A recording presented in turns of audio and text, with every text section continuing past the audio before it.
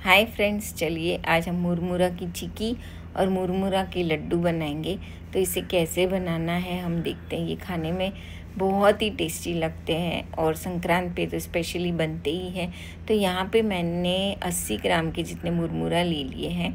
तो इसे आपको पहले रोस्ट करना है ताकि ये थोड़े क्रंची हो जाए।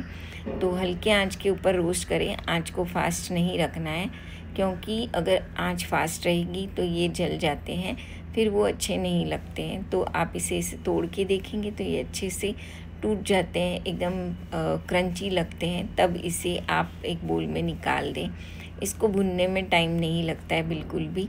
अब हम सेम पैन लेंगे और इसके अंदर 1 टीस्पून के जितना घी डाल देंगे और इसी के साथ हमने यहाँ पे गुड़ ले लिया है, जिसे मैंने फाइनली चॉप कर दिया था। तो ये 230 ग्राम के जितना गुड़ है।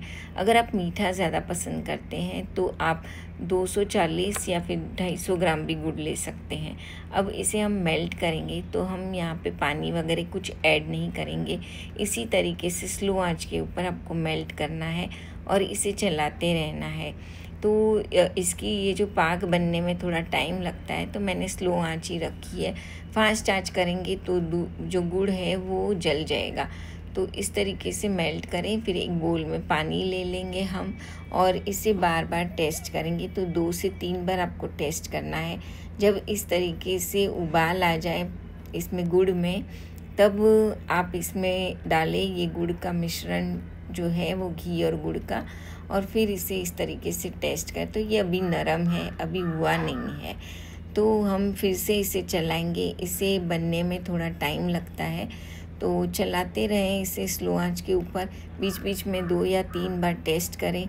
तो फाइनल टेस्ट इसका ये होता है कि ये जो गुड़ है, जब हम पानी में से निकालते हैं तो ये टूटता है।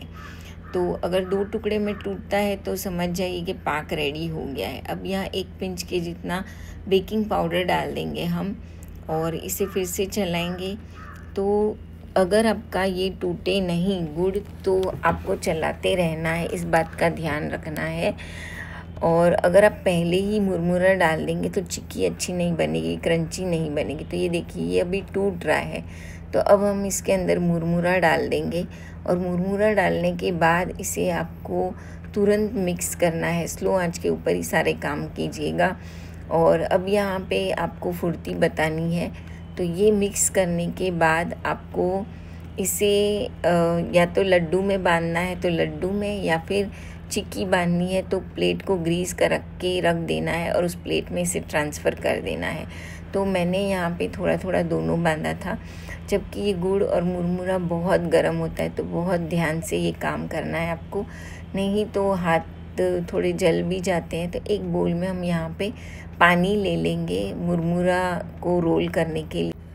लड्डू को बांध दें तो इस तरीके से ये पहले छूटता जाएगा। इसे आपको बहुत फटाफट करना है, तो ये बहुत गरम गरम होते हैं।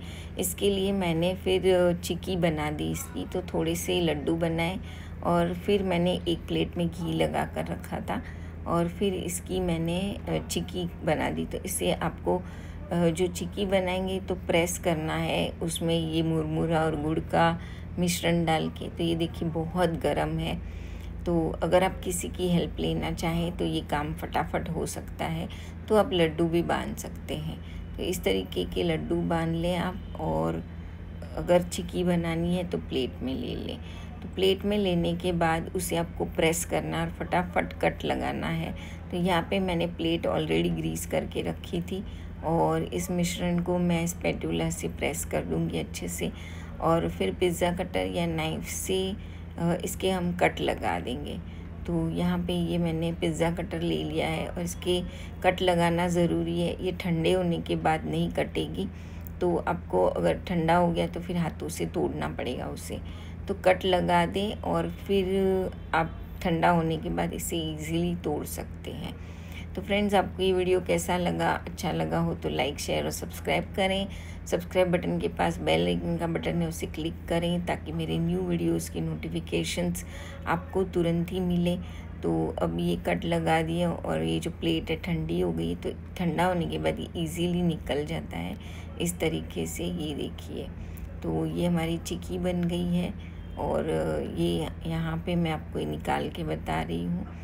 और लड्डू भी मैंने बना दिए थे। तो फ्रेंड्स ये रेसिपी बहुत अच्छी है, बस आपको ध्यान पाक का रखना है। तो अगर पाक अच्छे से बना तो ये लड्डू ज़रूर अच्छे से बनेंगे।